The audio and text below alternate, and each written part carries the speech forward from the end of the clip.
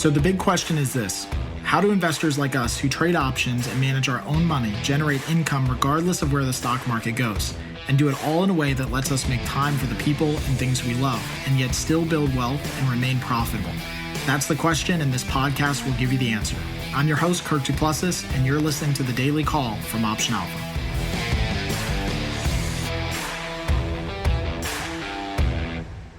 Hey everyone, this is Kirk here again from Option Alpha, and welcome back to the Daily Call. Today we're going to be starting the first of our little mini-series here at Option Alpha, getting back to basics and talking about some options trading golden rules. And we're starting off today with options trading golden rule number 1, which is small positions. Now, honestly, I've been harping on small positions for over 10 years. Before many people out there and many companies out there were talking about the importance of small positions, I knew that this was something that was critical to everyone's success as an options trader when I first started. And I've got blog posts and archives that show that we've been talking about this for over 10 years now.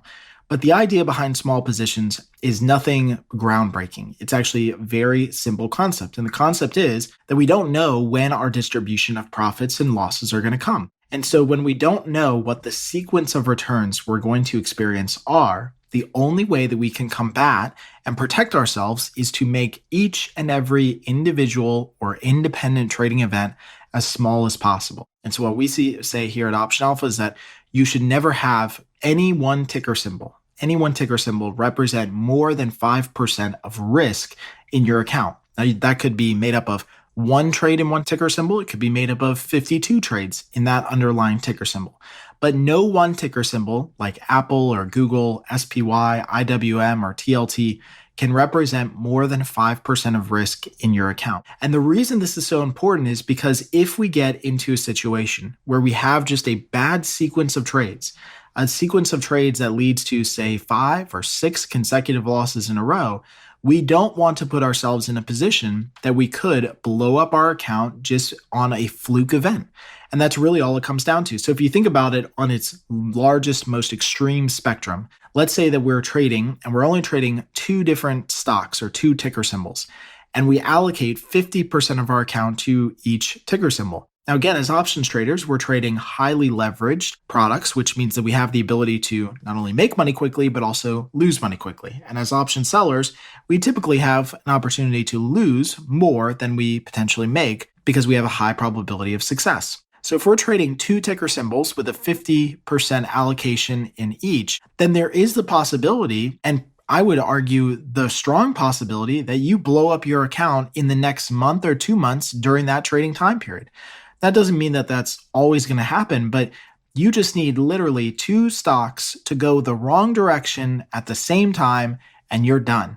And this is what we saw actually with optionsellers.com. For those of you who remember that they blew up at the end of last year, they were trading basically 2 underlying securities. They were trading natural gas and crude oil. And both natural gas and crude oil made large moves in the wrong direction for them, and it blew up their entire firm and caused massive losses. And that's just a simple error in position sizing for them. They were too allocated, over-allocated into a very select group of ticker symbols.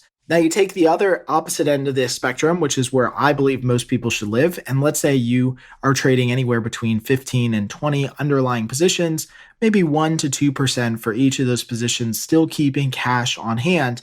If you get yourself into a situation where even 5 or 6 of your underlying positions move really strong against you and you have a bad sequence of returns, it still is not going to knock you out. It's not going to take you completely out of commission and out of business. Is it going to hurt? Potentially. No doubt about it. There's going to be some drawdown type scenarios, but it's not going to knock you out. And it's going to leave you alive enough and with enough capital to keep playing the game and to keep working the numbers and working the system until you hit that probability or expected outcome. And so again, today's most important rule, and definitely the rule that everyone breaks when I do coaching and when I see people's accounts and they send them over, the most important rule here is small position size.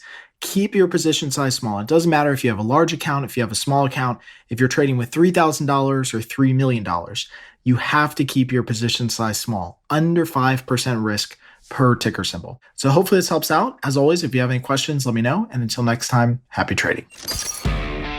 Thanks for joining us on the Daily Call. Be sure to subscribe right now for more daily options trading ideas, strategies, and tactics to help you learn how to place smarter, more profitable trades. And if you like what we're doing, don't forget to give us a rating and a review so we can continue to bring you the best daily content possible. We'll see you again tomorrow, right here on the Daily Call from OptionAlpha.com.